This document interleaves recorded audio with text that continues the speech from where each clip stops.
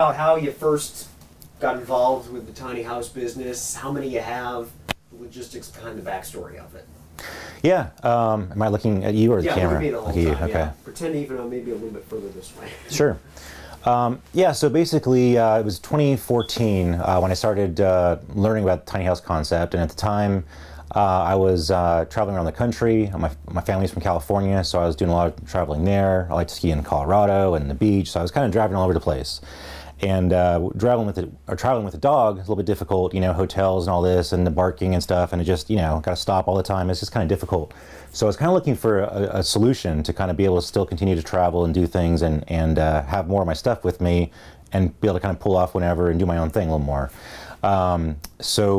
Basically I was staying at a friend's house in California, in the mountains there, and in Idlewild, and she had a small little cabin, just like a one bedroom, you know, with basically a fireplace and a bedroom and a kitchenette and a bathroom. And I'm like, wow, this is really cool. Just everything that you need. And she said, yeah, actually, there's a TV show about it. There actually people put these tiny houses on wheels and drive them all around and all that. And I said, what? So that's where I first learned about the idea and started watching all the shows, you know, and like just became glued to it and kind of obsessed by it because, you know, here I was in Huntsville, Alabama. I had a house, you know, 2,000 square foot house. I was never there. Still had to pay the mortgage, still had to pay insurance, you know, taxes, everything like that. And still upkeep it, you know, and you know, mow the grass when I wasn't there and all that. So it was just kind of, I couldn't take that house with me. Anyway, long story short, I started looking into it and bought a trailer, a 40-foot trailer, and it's a 32-foot with an 8-foot deck up there. This guy or the other one? This one right here. This one. Okay. This one, yeah. This is my first tiny house. And so it's 40-foot total in length. I basically just started building. I'd never done something like this before. I had a little bit of construction background and experience, remodeling and stuff like that, but never built anything on wheels or, you know, any kind of a house or anything like that to this degree. But anyway, through YouTube videos, I went to a tiny house building workshop and different things. I kind of just figured it out. You know, there are certain restrictions. Obviously, you're towing this down the road. It can only be 8.5 feet wide. It can only be 13.5 feet tall. And then I think the max length really is about 45. So I was kind of pushing in all 3 dimensions. But aside from that, trying to fit everything I wanted to in a house into one shell, basically, that was a bit of an obstacle. And I learned that the hard way was that building a tiny house, everyone thinks, oh, it's so small, it's easy, right? It takes less time because it's smaller. It actually makes it much more difficult because now you've got this like one bay right here, right? You're trying to fit electrical in there and plumbing and your air conditioner and your 12-volt, you know, and run you know, plumbing lines, all this kind of stuff. So it actually is a much more difficult task. And then you're also trying to make it stronger than a normal house because you're basically subjecting it to an earthquake and a hurricane at the same time as you're driving down the road, right? So there's a lot more complexity involved in it. But it was a fun challenge. It took me a full year to build this thing. And then after that, my wife and I, we weren't quite married then. We had just, I think we moved into it for 2 years and had gotten married. And then we got pregnant, and then that's when this house sat, and we got another house because my wife just couldn't do the loft stairs, being pregnant and all. So, you know, trips to the bathroom and stuff were a little bit difficult. But I'd always, when I first discovered this concept of tiny house living and all, I really saw the idea for what it was. And for me, it's tiny houses and freedom. That's kind of my tagline, go tiny, be free. Where I saw it was as a vehicle for or a solution rather, for a lot of different problems. A tiny house can be a place where you can live. It can be a place, I've seen them where they turn them into like a mobile gym, or it can be a mobile office. It can be something that you live in. It can be something that you travel in. There's so many different facets for it that kind of allows you to kind of get out there and do different things with your life, whether it's work or pleasure or both. And I also learned the size does matter. 40-foot tiny house is a little bit hard to tow. It's got 3 axles. You know, I don't know how much it weighs. I haven't weighed it yet. Once I finished it, it hasn't moved. My truck can pull it, but you know, when you've got something that's potentially twice as heavy as the towing vehicle, you know, you're going down the hill, it's kind of wagging the dog. So not something that you want to be pulling for a weekend, you know, every single time. But so the way I look at this house now is it's basically a house that can move, versus an RV, which is kind of something that is on the road constantly, and it's not really designed to be lived in per se. People do, but it's kind of more for, it's lightweight, it's more for traveling.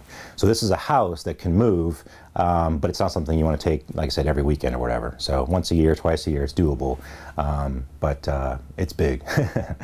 And today, right now, so you have a regular house, you and your wife, and then you have 2 tiny homes, right? And they're stationary. I mean, I know this one's renovating, you're renting that one out. Are these things ever out on the road, or are they pretty much for the most part plugged down?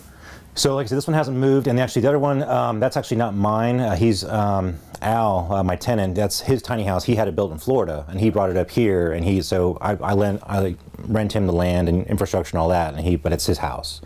And I've got infrastructure for about 3 or 4 other tiny houses here, and the plan was to, kind of going back to the whole thing, that what I saw with, again, the tiny house being a great solution for a lot of different people, I wanted to build this tiny house and kind of put as much into it as possible to kind of show people, like, look, you're not actually giving up stuff, you're actually getting so much more because of what you can do with it.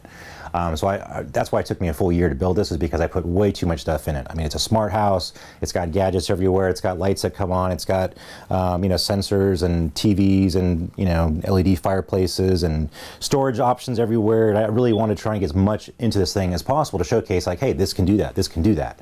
And then, because I wanted to showcase this for other people so that they can kind of say, hey, look, oh, actually maybe tiny house, is something I could do, for, living or working or whatever. Because, and I don't know if if you had this your first tiny house or you've been in a different one or whatever, but a lot of people, until they walk in the front door, they don't understand, they think it's too small. But when you see you've got 10-foot ceilings in here, you've got 21 different windows, there's lots of light, it really doesn't feel as small as the 300 square feet that it is on the bottom and 100 in the loft up here. So I really, again, wanted to build it to kind of let people come in here and experience what it was like. And now, being able to take the next step, having it on Airbnb allows them to actually stay here for a night or 2 nights or a week or whatever, and actually really experience tiny house living without having to go buy one first, right? Or build one from scratch without knowing what you're doing, like I did, where it's, it's a much longer road. And like I said, doing it now, I would have probably done it a little bit differently. My life's also changed, but I've learned a lot, right? So this allows people to kind of, experience what it's like, what's the loft like, what's a waterless toilet like, what is the space going to be okay, does it shake when you walk, all these kind of different things. And they'll realize this is a proper house, I could do this, and then it kind of helps them to determine, what the next step is, whether it's, to go and build one or have one built or buy one or whatever. But I really think experiencing a tiny house really is the best way to kind of figure out if you like it or not, or, whatever, so. Before you started renovating, was it on the Airbnb market? Were people renting it out for weekends, weeks, whatever? So, yeah. So the plan when I first built this, I was like, yeah, I told my girlfriend at the time, my wife now, I said, 3 months I'll have this thing built, right?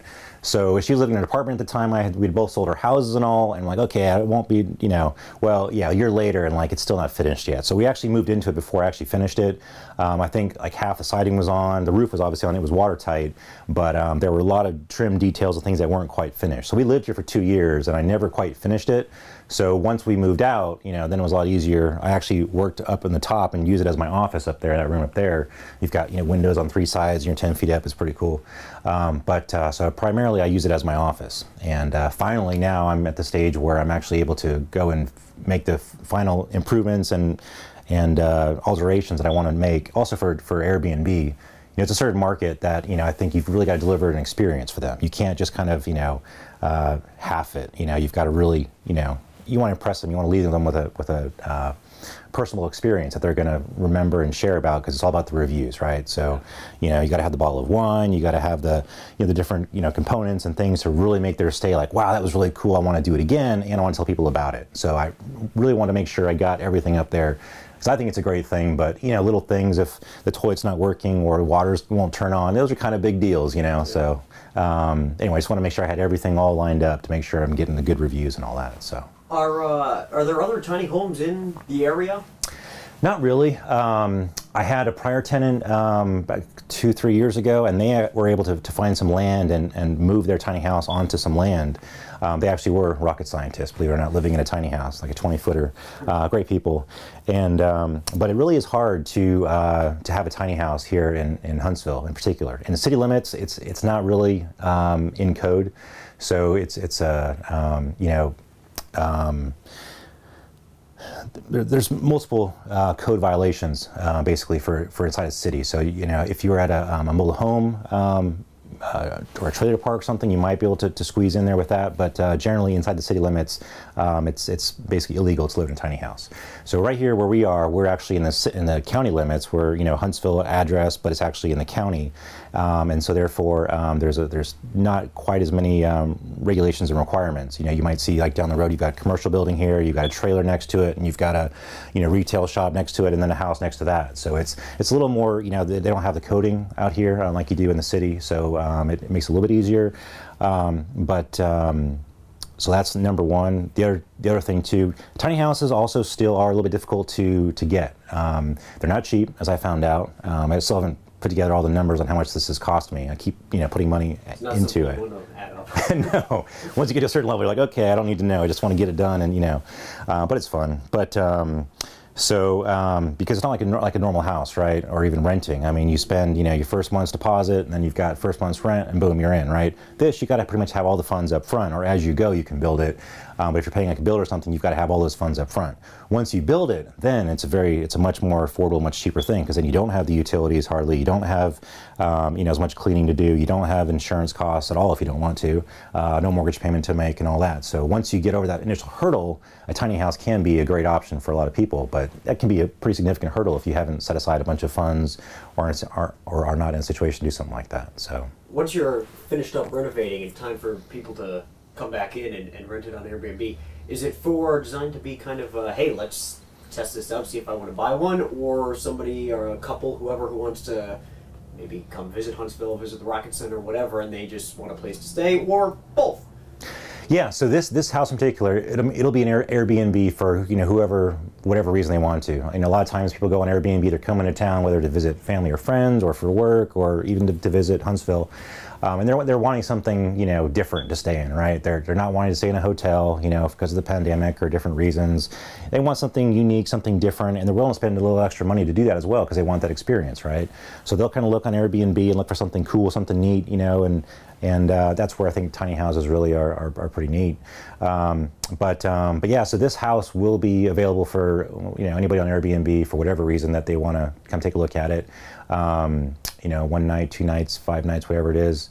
And then my goal with my tiny house down the road is to actually create a larger tiny house community. Where people can, you know, build or buy their own tiny house and actually have some land to go with it, infrastructure and all that, that's set up specifically for tiny houses. Excuse me.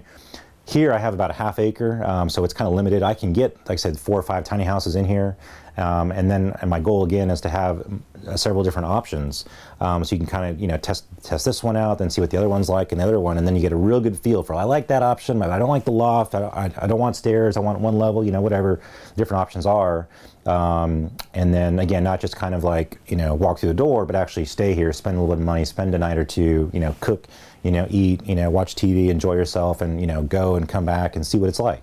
And then from there, people will have an idea, okay, this is the size that I want, this is the features that I want, the amenities and all that, and then we can accommodate them at a larger property where it's like, okay, now you want a ½ an acre, you want an acre, you want 2 acres. That's kind of my goal, is to be able to do something like that on a bigger scale, where you've got all the same people, similar mindset, that want to be, you know, have the freedom to, you know, maybe take their tiny house and live there for a year or just a few months, or, you know, go up and go skiing for a month and come back, you know, but to have that flexibility, that option, have all those people in the same area where it's legal, and it's, you know, accommodated for them.